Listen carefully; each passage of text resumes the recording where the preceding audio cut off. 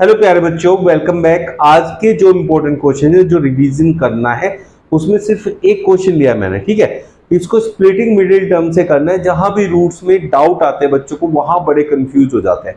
उसी डाउट को क्लियर करने के लिए ये सेशन रखा है। एक क्वेश्चन जो आपको बहुत परेशान करता है, आज उस परेशानी को खत्म कर देते हैं। ठीक है, चैनल नहीं किया है सब्सक्राइब तो कर लेना भाई। आपके पास जो ऐसे क्वेश्चंस होते हैं, जैसे यहां देखो 5√5x² प्लस 30x प्लस 8√5। तो बच्चों सबसे पहला इस क्वेश्चन का जो काम होता है वो होता है कि x² का जो कोफिशिएंट है और जो c है जो सबसे लास्ट में होता है, क्योंकि ये इक्वेशन होती है ax² plus bx plus c। a और c की मल्टीप्लाई करते हैं। ठीक है, a कौन है? 5√5, c के साथ कर दो इसकी मल्टीप्लाई। तो 5√5 इंटू 8√5 होता है बच्चों। ठीक है, अब ये √5 इंटू √5 जब सेम नंबर रूट के अंदर हो और मल्टीप्लाई किया जाए तो उसका रूट वहां से हट जाता है, वो खाली नंबर बच जाता है। ठीक है, तो ये 5 हो गया इन दोनों की मल्टीप्लाई होके, तो क्योंकि सारे आपस में मल्टीप्लाई में है, फिर ये 8 मल्टीप्लाई में, इधर 5। ठीक है, 5 5 जा 25, 8 जा 200। ठीक है बच्चों, ये पहले लाना है कि इन सब की मल्टीप्लाई करके क्या आएगा। ये पहला काम हो गया आप लोगों का। अब इसके बाद हमारे पास मतलब इन दोनों की मल्टीप्लाई करके 200 आ गया। First thing is multiply a by C. a को c से मल्टीप्लाई करना है, कर दिया। करने के बाद जो वैल्यू आती है उसको फैक्टराइज करके ऐसे नंबर बनाने हैं जिससे मुझे 30 मिल जाए। क्या होता है उसमें? मैं 200 के फैक्टर करूंगा, यहाँ 100 हो गया, फिर करूंगा तो यहाँ 50 हो गया, यहां करता हूं तो 25 हो गया। अब देखो मेरे को 30 चाहिए ना। अब बात को समझना है, यहां अगर मैं यहां देखूं 5 5 जा 25 ऐसे कर रहा हूं। ठीक है, ये 5 आ गया बाय 5 2 जा 10 2 जा 20 और 5 2 जा 10। अब बहुत से बच्चों को ये कहानी समझ में नहीं आती है, बहुत परेशान करती है बच्चों को। इसको समझो आराम से। आपके पास इन दोनों नंबर a और c की मल्टीप्लाई करके जो भी नंबर आता है उसके हम फैक्टर्स करते हैं और फैक्टर करके दो नंबर बनाते हैं। इसके देखो कितने सारे फैक्टर है, 1 2 3 4 5 फैक्टर्स है। इन 5 फैक्टर्स को इस तरीके से अरेंज करना है कि सिर्फ दो ही फैक्टर रह जाए मेरे पास, सिर्फ दो नंबर्स बन जाए और उन दो नंबर की मल्टीप्लाई करके तो मेरे को ये 200 मिल जाए और ऐड या सब्ट्रैक्ट करके ये मिल जाए जो यहाँ बीच में x के साथ होता है, मतलब b मिल जाए। ठीक है, अब इनको कैसे भी, मतलब मैंने यहां क्या किया, इन दोनों को मल्टीप्लाई किया, 5 2 जा 10 एक नंबर बना लिया और इन तीनों से 20 बना लिया। ऐसे करके आप लोग इसको बनाएंगे, दो नंबर्स में जो है बना देंगे इसको। अब देखो यहां से 30 कैसे मिलेगा इन दोनों से?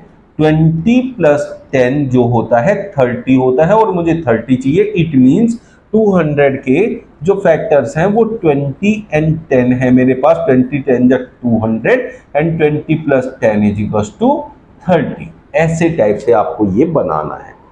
मेन काम इसके आगे स्टार्ट होता है। ये तो अभी एक स्टेप है जो बिना रूट वाले में भी लगेगा।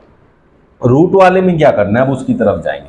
अब बच्चों जो ये 20 प्लस 10 आया उसको कैसे लिखते हैं? यहां तो ये एज इट इज रहेगा, इसको बच्चों लिखेंगे 20 प्लस 10। ठीक है, लेकिन यहां x है तो x के साथ लिखा जाता है, बस ये याद रखना है। 8√5 ये यहां तक पहुंचने के बाद अब बाकी चीजें हमारे लिए खत्म हो गई, उनका अब हमारे पास कोई काम नहीं रहा।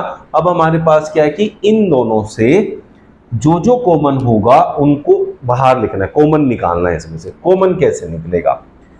5√5 है और यहाँ 20 है, तो 20 के फैक्टर क्या होते हैं बच्चों? 5 4 जा 20 होता है। ठीक है, अब 5 के भी फैक्टर होते हैं √5 इंटू √5। जब भी कोई भी नंबर वो अपने रूट्स का मल्टीप्लाई होता है, जैसे रूट कोई भी 2 नंबर है जैसे, तो √2 इंटू √2 होता है 2। 5 होगा √5 इंटू 5 √5। 3 होगा √3 इंटू √3। 8 होगा √8 इंटू √8। तो कोई भी नंबर होता है वो अपने रूट का उसी से मल्टीप्लीकेशन करके आता है। तो इट मींस मैं यहां 5√5 x² रखूंगा प्लस 20 को इस तरीके से स्प्लिट करूंगा कि मुझे कॉमन मिल जाए। 5 4 जा 20x प्लस, अब यहां ये 5 और ये 5 कॉमन है इसलिए मैं रूट में नहीं जाऊंगा, इसको बस यहां से 5 कॉमन ले लूंगा, ठीक है। इसमें से और इसमें से 5 कॉमन आ रहा है और x कॉमन आ रहा है, यहां से एक x बाहर आएगा, तो यहां से 5 और x गया तो √5 और x बच गया, ठीक है बच्चों। यहां से 5 गया तो क्या बच गया, 4 बच गया, x बाहर चला गया, तो ये हो गया प्लस। अब मेन कहानी स्टार्ट होगी यहाँ, ये है आपका रूट का समझने वाला पोर्शन, जिसके लिए मैंने ये कहानी समझाई आपको। अब वहां क्या है बच्चों, 10 है और दूसरा है 8√5। अब इन दोनों में से कॉमन लेने, ये क्या है 2 × 5 होता है, 8 क्या होता है 2 × 4, तो दोनों में से 2 कॉमन आ सकता है, ठीक है। अब ये √5 भी तो है, तो मैं इस 5 को लिखूंगा √5 × √5, तो इट मीन्स यहां से एक तो 2 कॉमन आ जाएगा, दोनों में से एक √5 कॉमन आ जाएगा, ये वाला। तो यहाँ क्या बचेगा 4 और यहाँ क्या बचेगा √5 बचेगा बच्चों। तो मैंने क्या कॉमन लिया यहां से 2 √5 कॉमन लिया, ठीक है बच्चों। अब ये 2 भी कॉमन में चला गया, √5 चला गया, तो एक √5 मेरे पास बच गया, इसलिए अंदर आ जाएगा √5x प्लस यहां से √5 बाहर चला गया ना, ठीक है, और 8 में से 2 बाहर चला गया, तो क्या बचा खाली 4 बचा, ऐसे।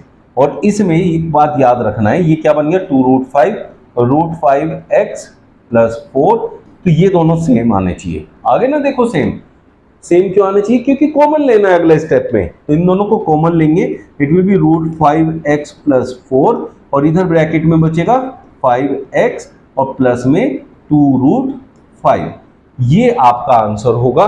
उसने कहा था इसको फैक्टराइज करना स्प्लिटिंग मिडिल टर्म से, हमने इसको फैक्टराइज कर दिया by using splitting middle term.